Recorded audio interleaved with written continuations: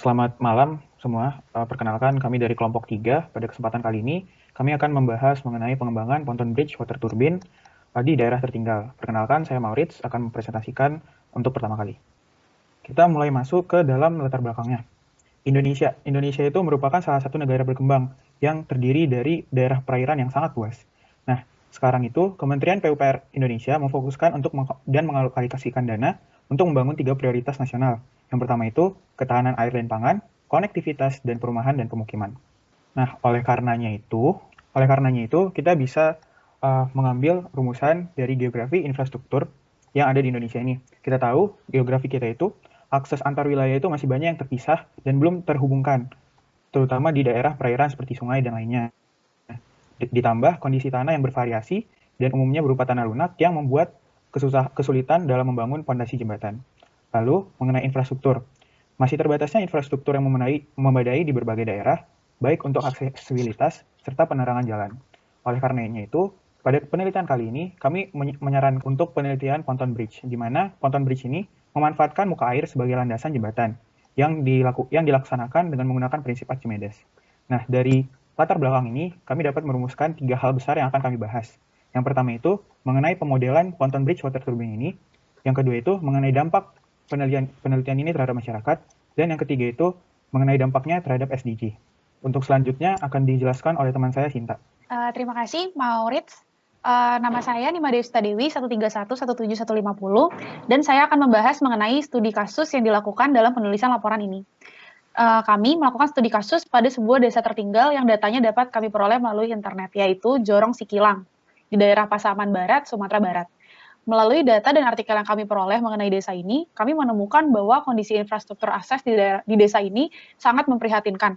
Desa ini hanya mempunyai 2 jalur keluar masuk. Yang pertama berupa jalur darat dengan meminjam jalan perusahaan perkebunan. Jalan ini mengitari desa sehingga perjalanan melaluinya memakan waktu yang sangat lama. Jalan tersebut juga berlubang, bergelombang, dan tanpa penerangan, sehingga sangat berbahaya jika dilalui pada malam hari. Jalur lainnya yang menjadi pilihan masyarakat adalah dengan menyeberangi sungai. Akan tetapi, desa ini tidak memiliki jembatan. Akhirnya masyarakat terpaksa menggunakan perahu ponton atau perahu kayu yang dibuat seadanya tanpa memperhatikan aspek keselamatan penumpang. Akses yang buruk ini menyebabkan masyarakat kesulitan mendapatkan pelayanan kesehatan, pendidikan, serta menghambat perkembangan ekonomi desa. Nama sungai yang melalui daerah ini disebut Batang Sikilang. Sungai ini mengalir sejauh lebih dari 100 km persegi dengan rata debit 19,7 meter per second dan rata ketinggian 3,8 meter. Sungai inilah yang akan kami gunakan sebagai acuan dalam pengembangan ponton bridge water turbine yang akan dijelaskan pada slide selanjutnya oleh teman saya, Rido. Ya, terima kasih pada Sinta. Selanjutnya akan dijelaskan oleh saya, Arsyafido Rizky, 131-17-141. Nah, jadi dalam mendesain jembatan ponton yang tepat, kita harus mempertimbangkan gaya apung dengan menggunakan persamaan B sama dengan rho Frida dikali kecepatan gravitasi dikali volume yang dipindahkan oleh struktur, jadi volume air yang terisi oleh struktur. Nah, besar ini harus bisa mengimbangi gaya berat yang dihasilkan oleh jembatan dan juga massa yang diangkutnya. Jadi kita bisa gunakan persamaan seperti di sini. Nah, selanjutnya sendiri, berhubung tadi sempat dijelaskan, kalau selain kita membuat infrastruktur yang memadai, kita juga dapat memanfaatkan energi sungai itu sendiri, karena terdapat aliran air di sungai. Nah, selanjutnya kita mencari jenis apa aja pembangkit listrik yang ada yang sudah dikembangkan oleh manusia. Jadi pertama adalah yang paling umum, yaitu PLTA dalam bentuk bendungan.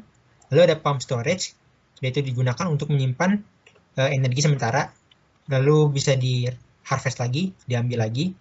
Lalu yang ketiga ada run of the river, ini yang kita gunakan karena sesuai dengan kondisi yang kita tinjau.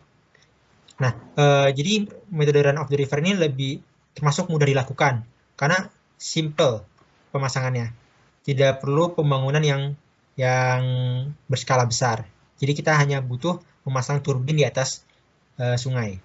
Lalu yang selanjutnya ada gelombang laut, yang ini di luar bahasan kita. Untuk run of the river sendiri itu sebenarnya ada beberapa turbin yang dapat digunakan. Ini tuh dibedakan berdasarkan sumbu putar dari turbinnya itu. Pertama ada turbin yang sumbu putarnya searah dengan arus air.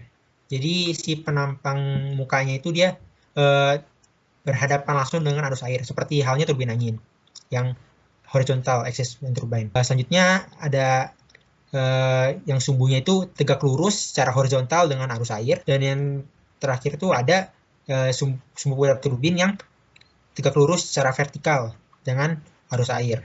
Untuk menghitung energi yang dimiliki oleh sungai, kita dapat menggunakan persamaan-persamaan ini. Pertama, kita dapat menentukan kecepatan air dari persamaan ini, jadi V sama dengan Q per A. Lalu kita bisa hitung debitnya dengan ini. Karena untuk kasus run of the river, itu kita anggap sungainya termasuk datar, jadi Z-nya 0, dan P-nya itu permukaan, dia itu sesuai dengan ATM, maka head-nya itu kita bisa ambil kesimpulannya dia bergantung pada kecepatan. Nah, kalau dilihat potensi dari energi sungainya seperti ini. Jadi kita ambil dari studi kasus yang tadi sudah dijelaskan oleh Sinta, debitnya 19,7 meter kubik per second, tinggi alirannya 3,8, dan lebar sungai ini kita mengilangnya dari gambar, dan kita mengambil angka mengasumsikan 5 meter, sehingga didapatkan kecepatan 1 meter per second. Nah, kalau ditinjau dari sini didapatkan nanti headnya sekitar 0,05 meter. Sebenarnya ini termasuk rendah ya dibandingkan dengan sumber air, pemanfaatan air yang ada. Cuman masih bisa dimanfaatkan harusnya.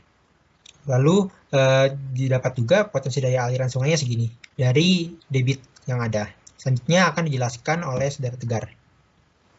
Ya, terima kasih Rido. Perkenalkan, nama saya Tegar Zulian, NIM 131171097. Jadi pada desain ponton bridge ini, ia akan memiliki luasnya luasnya tepat 3 meter kuadrat. Terus untuk ketebalan ponton bridge tersebut diperoleh 0,4 meter, itu berdasarkan ketebalan modul ponton bridge yang umumnya tersedia di pasaran. Lalu untuk gaya apung jembatan ponton ini sendiri, terdapat senilai 11.772 Newton. Beban ini didapatkan dengan cara memperhitungkan masa orang maksimal lewat, lalu masa kendaraan yang diperbolehkan untuk lewat, yaitu motor, dan masa dari modul beserta turbin itu sendiri. Lalu maksimum per modul yang diperbolehkan ialah 800 kg. Ini dengan safety factor 1,55. Ini diperoleh dari beban maksimum itu 12.000 Newton, yang kalau dikonversikan ke dalam massa itu 1.200 kg. Nah, terus juga dengan tebal ponton bridge 0,4 meter ini, jika diberi beban sebanyak 800 kilo, itu hanya akan terendam sedalam 0,26 meter. Jadi ada sekitar 14 cm jarak antara kaki orang yang melewati jembatan ini dengan permukaan air. Kalau dianalogikan seperti berjalan di atas trotoar dengan jalan rayanya. Berikut desain ponton bridge per modulnya, yang turbinnya dihubungkan dengan salah satu sisi dari ponton bridge tersebut. Turbin ini nanti akan di-coupling dengan turbin-turbin lainnya untuk bekerja secara paralel, yang kemudian mentransmisikan daya ke generator di tepi sungai tersebut. Nah, ini berikut gambar saat turbin dan jembatan ponton ini dipasangkan antara satu sama lainnya. Ini terdapat 3 modul yang nanti akan dipasangkan 10 modul di sungai tersebut. Selanjutnya dapat dilanjutkan oleh teman saya Iki. Nah, baik, terima kasih Tegar. Nama saya Muhammad Rifki Abian, 1311707. Di sini akan saya menjelaskan pertama tentang artikel-artikel. Jadi, seperti yang sudah disinggung pada studi kasus berikut ini, beberapa artikel yang kami temukan ketika melakukan pencarian tentang kondisi jorong Sikilang. Nah, artikel teratas yang kami temui itu ternyata tentang kematian ibu muda dalam perjalanan ke rumah sakit pasca melahirkan di Jorong Sikilang. Rumah sakit hanya terletak di kabupaten sebelah, namun perjalanan itu memakan waktu tempuh 2 jam lamanya, sehingga merenggut nyawa ibu muda tersebut. Seperti itu, jadi bisa dilihat beritanya. Lalu dalam sini bisa dilihat juga ada artikel lain yang kami baca, itu warga Jorong Sikilang ternyata menggunakan perahu ponton untuk melewati sebuah sungai, di mana perahu ponton ini juga dipakai oleh para pelajar dan guru untuk bisa ke sekolah. Tentunya kondisi pontonnya seadanya, terus ditambah arus sungai itu bisa menambah besar ketika musim penghujan, itu membuat transportasi ini, perjalanan ini menjadi berbahaya seperti itu. Namun meskipun berbahaya, warga Jorong tetap enggan untuk menggunakan jalur darat. Karena selain dikarenakan lebih lama, keengganan ini dikarenakan juga kondisi jalan yang jelek dan penerangan yang minim. kondisi akses jalan Jorong Sikilang juga menyebabkan perekonomian masyarakat Jorong Sikilang ini menjadi terhambat karena kondisi jalan jelek tadi, menyebabkan masyarakat sekitar untuk susah tiba di kota dan menghambat penjualan hasil panen mereka. Nah, akhirnya kami melakukan analisis dan menemukan akar permasalahan dari artikel tersebut adalah infrastruktur akses Jorong Sikilang yang memprihatinkan seperti itu. Nah, di sini bisa dilihat, untuk menjawab akar-akar permasalahan tadi, kami mengembangkan sebuah solusi yaitu ponton bridge water turbine. Dengan hadirnya jembatan ini diharapkan dapat memberikan dampak kepada masyarakat Jorong Sikilang ini. Yang dibahas di sini adalah segi sosial dan ekonominya. Nah, segi sosial, dari segi sosial bisa dilihat, yang pertama itu diharapkan pejalan kaki ini dan kendaraan lain itu menyeberangi sungai lebih aman. Yang kedua itu dapat mengakses layanan kesehatan dan prasarana pendidikan lebih baik. Yang ketiga itu menghasilkan energi listrik untuk menerangi jalur-jalur darat tadi. Lalu yang di segi dampak ekonominya bisa dilihat masyarakat bisa tiba di pusat kota lebih efisien dan lebih aman, terus memudahkan penduduk untuk membawa dan memperkenalkan sumber dayanya, dan yang terakhir itu mendorong pendatang untuk mengeksplorasi Jorong Sikilang lebih lanjut, seperti itu. Dan akhirnya berikut tabel berisi energi yang dapat dihasilkan oleh turbin air pada jembatan ponton yang sudah ditunjukkan oleh saudara Tegar tadi. Dilihat di sini terdapat turbin, jari-jari turbin sama itu 0,5 meter diasumsikan. Lalu efisiensi turbin cross flow itu 85%, efisiensi transmisi dan generator pada umumnya 75%. Jadi didapatkan potensi daya listrik per jembatan itu 434,1 watt dan per tahunnya didapatkan 3.807,21 kWh. Sehingga didapatkan jumlah lampu untuk penerangan jalan tadi itu 43 buah, seperti itu, dengan lampu 20 watt. Selanjutnya akan dilanjutkan oleh teman saya Sinta kembali. Terima kasih, Iki. Kembali dengan saya, Sinta, akan membahas mengenai kaitan jembatan yang kami kembangkan dengan Sustainable Development Goals yang sedang berusaha dicapai oleh Indonesia.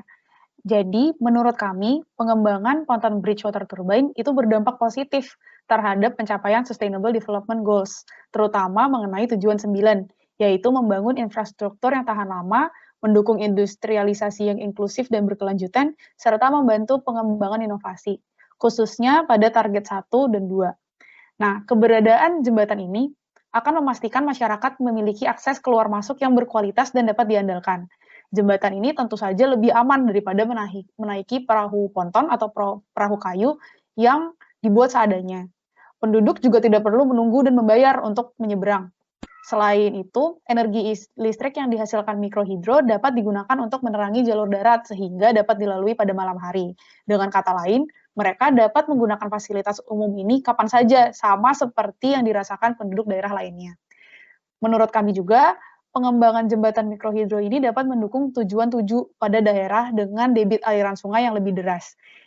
Energi listrik yang dihasilkan dapat digunakan sebagai cadangan ketika terjadi pemadaman bergilir atau ketidakstabilan tegangan, atau bahkan sebagai sumber energi listrik utama pada daerah yang belum terhubung dengan jaringan listrik yang disediakan PLN.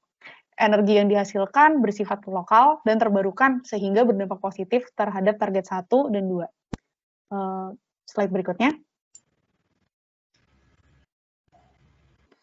Seperti yang sudah disinggung oleh teman saya Iki, ketika melakukan studi kasus dan membaca artikel-artikel yang telah dijelaskan, kami menyadari bahwa akses dan energi mempengaruhi beberapa hal lain, diantaranya pendidikan, kesehatan, dan pertumbuhan ekonomi.